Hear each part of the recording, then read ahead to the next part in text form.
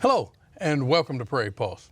Coming up a little bit later in the show, we'll hear music from Rachel Meyer. But first, our guest joining me now is Jan Eliason, the Harm Reduction Programs Director for the City of Fargo. Jan, thanks for joining us today. Thank you. We're here today to talk about homelessness and what you do and the programs you have. But before we do that, tell the folks a little bit about yourself, maybe your background. Sure.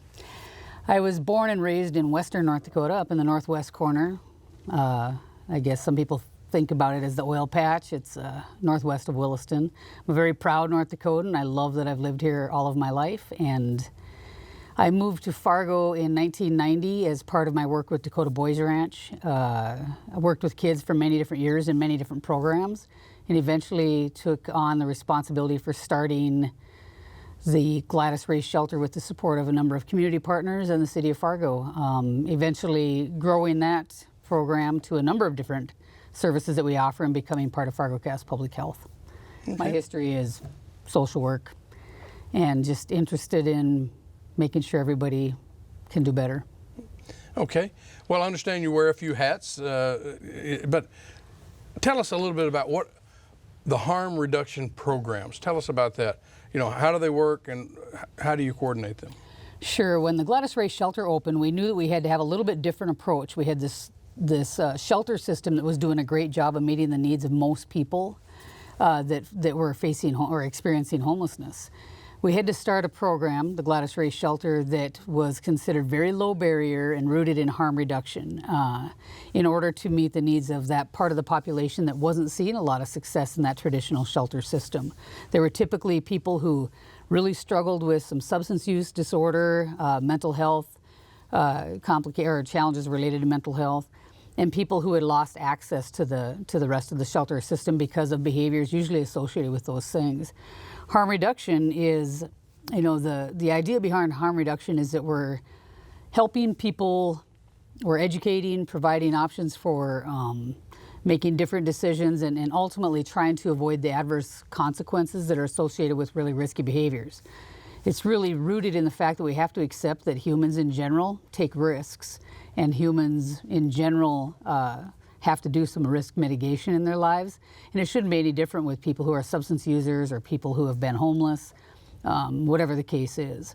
Our role isn't necessary. A great example would be, I'm not necessarily going to tell somebody, okay, it's time to quit drinking, because that's not a reality for them right now. But let's talk about some of the things you can do to be a little bit safer, to make sure the community around you is a little bit safer until we can get to a place where maybe stopping or just reducing how you use altogether happens for you. I always tell people it's a showstopper. When I tell somebody to stop using, the conversation generally ends. Let's talk about ways to be safer. Now, understand, and tell me if I'm wrong, the harms reduction programs, they're 9 different programs, is that right? Yeah, we have a number of different programs and services that we offer, including the Gladys Ray Shelter and the Withdrawal Management Unit, which a lot of people remember as Detox. We also have the Syringe Services Program, Overdose Response, a number of substance use related programs, the Gladys Ray I mentioned that, I'm sorry, the Downtown Engagement Center, Mobile Outreach, Street Outreach, many different services. Again, we tried to make sure that as we grew, we started programs that weren't being offered anywhere else in our community and that were, again, guided by the principles of harm reduction. And that's just, making the community a safer place to be. Well, you mentioned shelters. I understand you have 2 key shelter areas you coordinate. Talk about first the Downtown Engagement Center. Sure. What is that? When was it founded? Who does it serve? Right. So the Downtown Engagement Center was an idea we had tossed around for many years.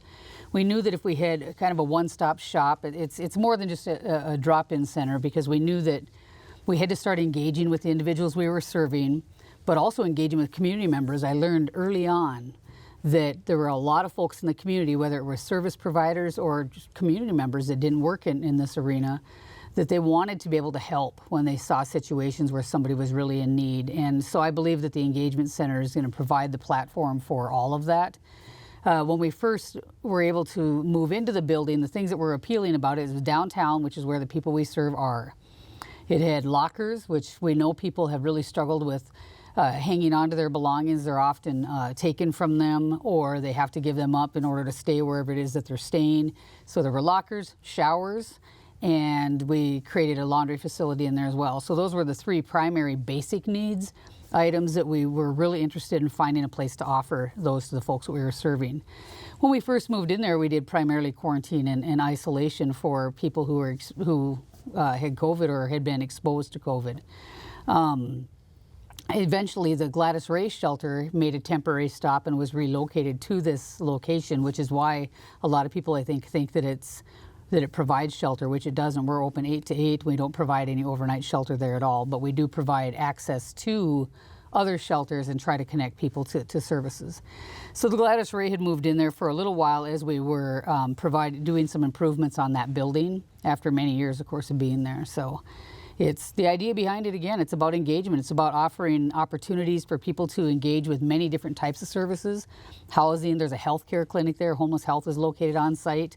We have housing navigators through Presentation Partners, Native Inc. out of Bismarck. They have a Fargo office. They provide care coordination and a number of things. Southeast Human Service Center comes in and provides a ton of great supports and services. And we have a lot more folks coming as well. We have the office space and we have the meeting space to start providing opportunities for people to engage in meaningful activity. Even those folks who are getting housed, which we are housing people at a higher rate than we have often seen historically. But people who get into housing, housing can be really isolating, can be really lonely. We need to make sure those folks have supports in order to stay housed. Otherwise, we're just continuing this cycle and playing a part in making that cycle continue. We don't want to do that. Are these shelters similar in other cities in North Dakota in the region or in Minnesota, or do you find that Fargo has more resources for the homeless? Certainly, Fargo being as large as it is, provides a lot more resources, and sometimes people come here because they are looking for resources, but more often than not, a lot of the folks we serve consider Fargo their community, Fargo-Moorhead. But they also, we saw a number of people come during the initial stages of the oil boom and then end up staying here. For folks, we were really promoting our state as opportunities to pursue the American dream, and a lot of the people that had that dream were also people who, wherever they were living, didn't have some of the resources or maybe had challenges. So we didn't pick and choose who got to come, right? But we ended up seeing a number of people stay that were at least safer here than if they were on the streets in a bigger area, for example. Yeah. We have a number of shelters in our state. The Gladys Ray is very different in the sense that it's extremely low barrier, and we work hard to be low barrier, meaning people don't have to be sober to walk in the door. Essentially, people have to be safe to walk in the door. If you're not a risk to yourself or others, you get to be there. Mm-hmm. I understand money and funding is always a concern for these Sure. programs. But how are you funded? What are your needs? Well, all of our programs are funded through various funding streams. A lot of it is federal. We have some state funding, but even some of those dollars come down through federal funding streams. I do pursue a number of different grants. The state of North Dakota provides support for some of our programs. The city provides some limited support, but for example, starting the engagement center, we were able to pursue that through federal funding that was related to COVID at the time. And we continue to operate under that.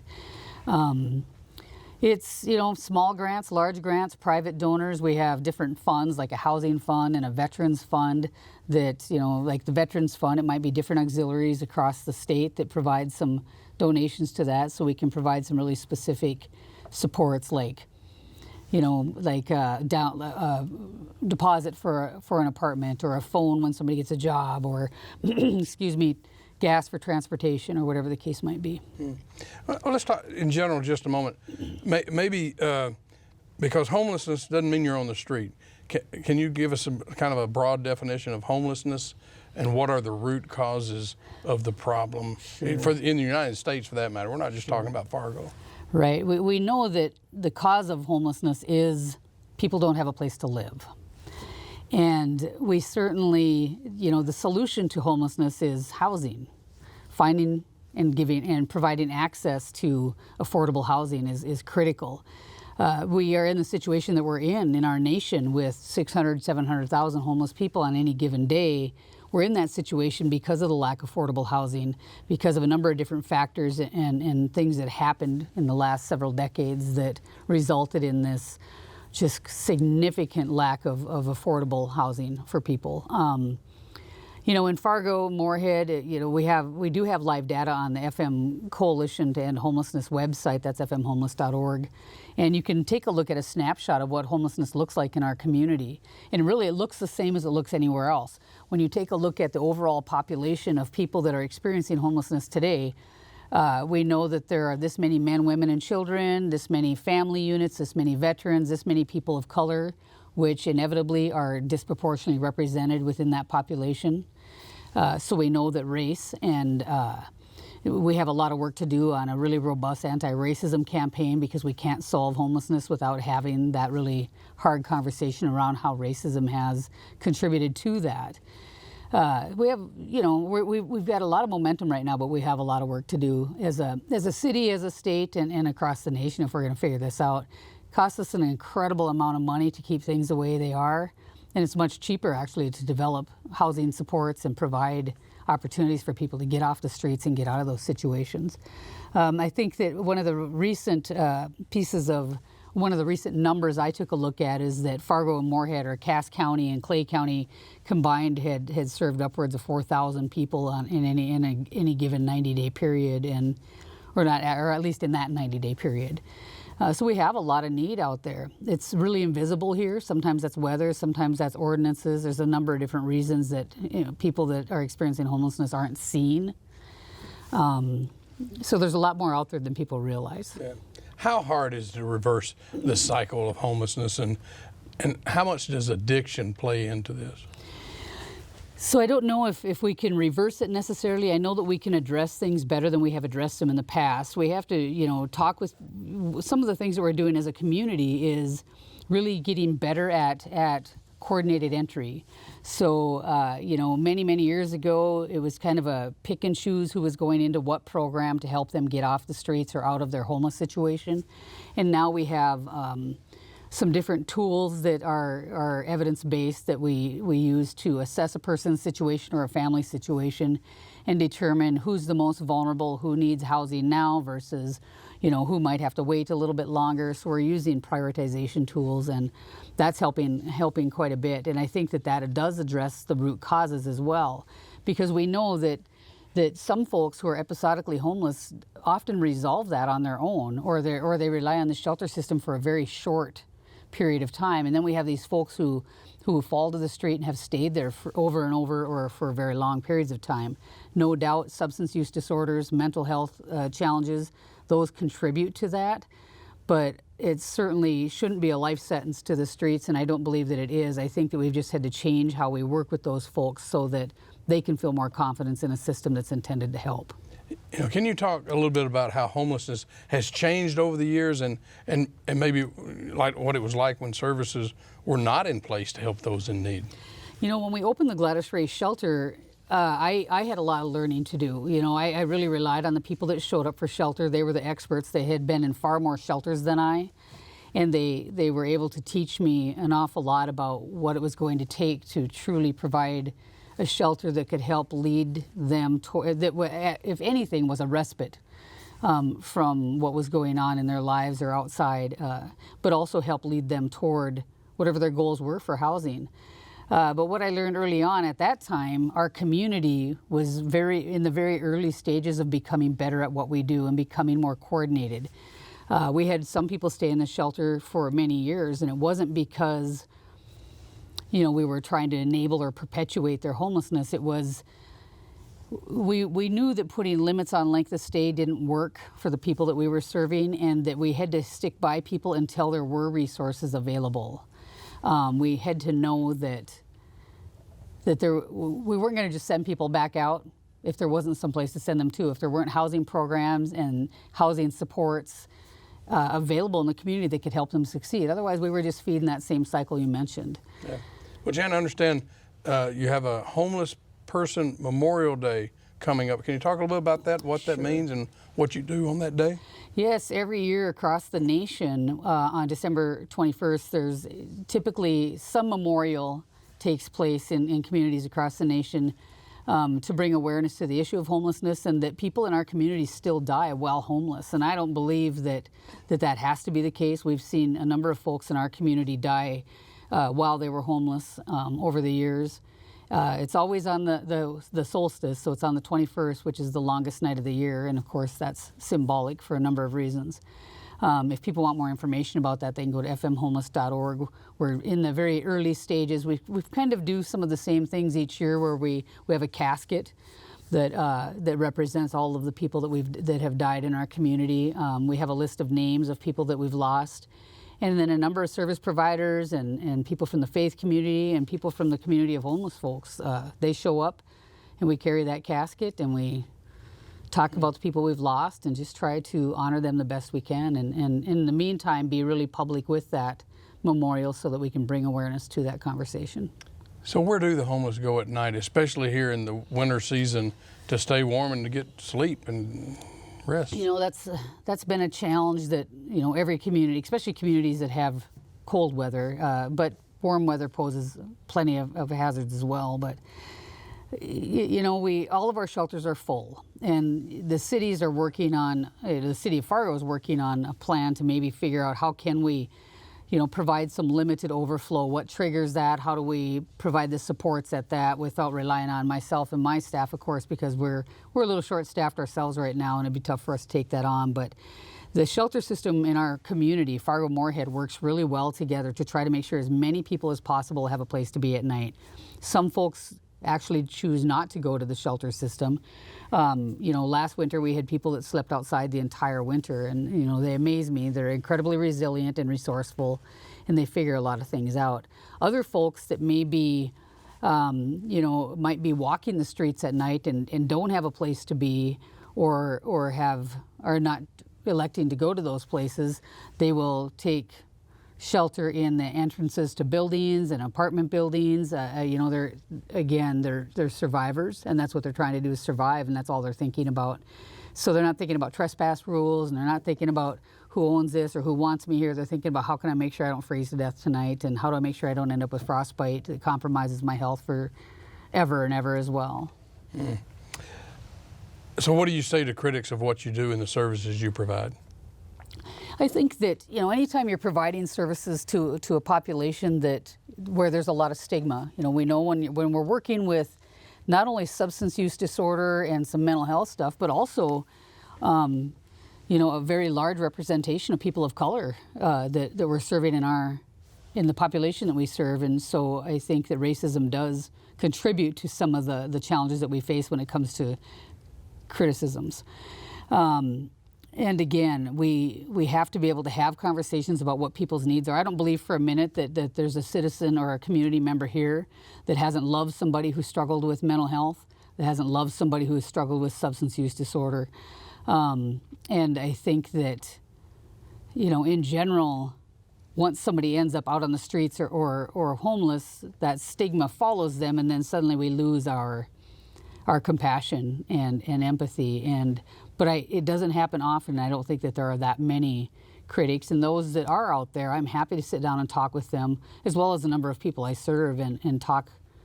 You know, it's a moment for education, right? It's an opportunity for education. Well, that's what we like to do, is try to educate and inform people. But we are running out of time, Jan. So, but if people want to get more information, want to find out more, and are interested maybe in helping your cause, where can they go? Who can they contact? So they can go to the FargoCast Public Health website. We have links and a little bit of information that is in the process of being updated, but there's contact information there. I believe that a number of our programs are listed if people Google those programs. You know, for example, the Gladys Ray Shelter, the Detox Unit, and the Downtown Engagement Center, which of course is located next door to you guys. So they can find info on the FargoCast Public Health website. They can contact Public Health or any of those numbers, and we can steer people in the right direction. All right. Well, we're out of time, but thank you for joining us today. Thanks for having me. Stay tuned for more.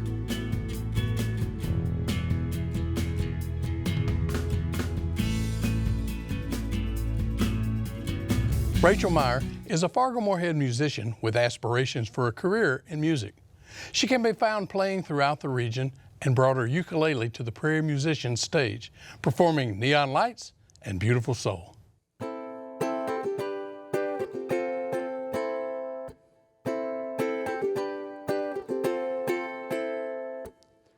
First heartbreak, never felt a pain like this.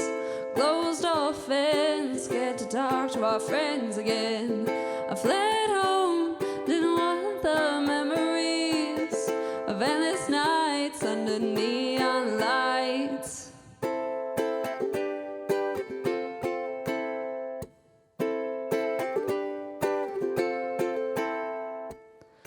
I was scared to move on, didn't know how to love again. You said that I gotta get out, it wouldn't be hard for me anyway. And I talked to some guys, but none of them were just quite right. First heartbreak, never felt a pain like this. Closed off and scared to talk to our friends again. I fled home, didn't want the memories of endless nights under neon lights.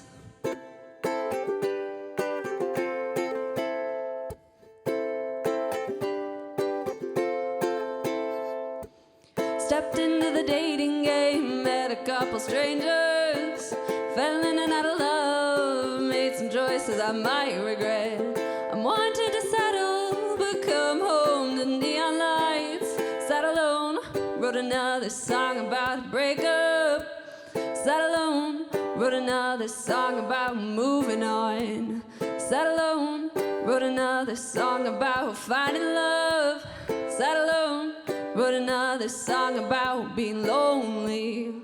First heartbreak, never felt a pain like this. Closed off and scared to talk to our friends again. I fled home, didn't want the memories of endless nights under neon lights. And at the end of the day, I'm still lonely, and I'm seeing everything in neon lights.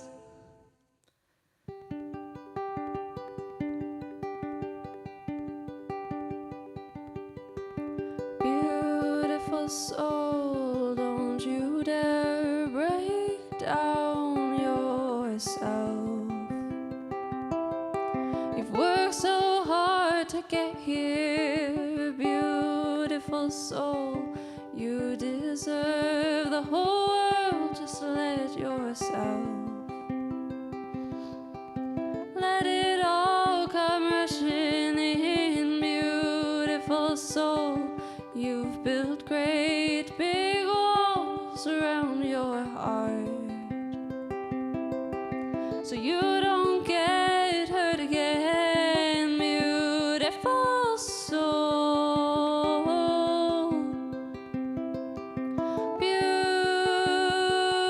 Beautiful soul. Beautiful soul.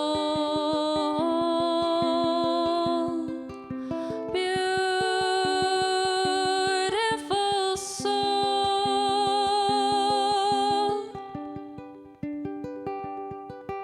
Smile in your heart, full of joy, you radiate only light.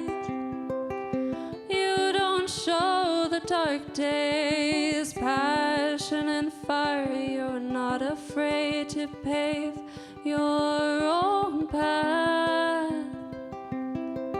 You jump into the unknown, passion and fire. You walk with purpose, showing only confidence, not to show any struggle inside, beautiful soul.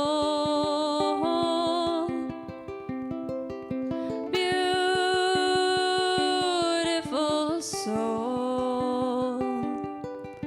Beautiful soul. Beautiful soul.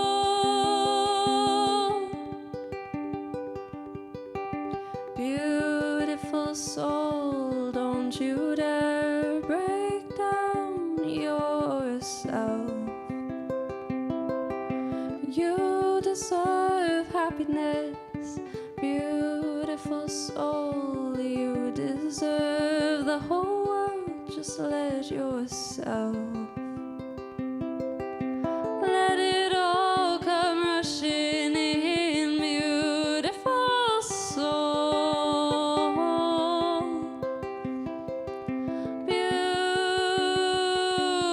Beautiful soul. Beautiful soul. Beautiful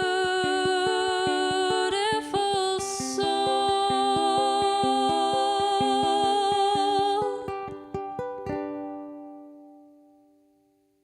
Well, that's all we have for Prairie Post this week. And as always, thanks for watching.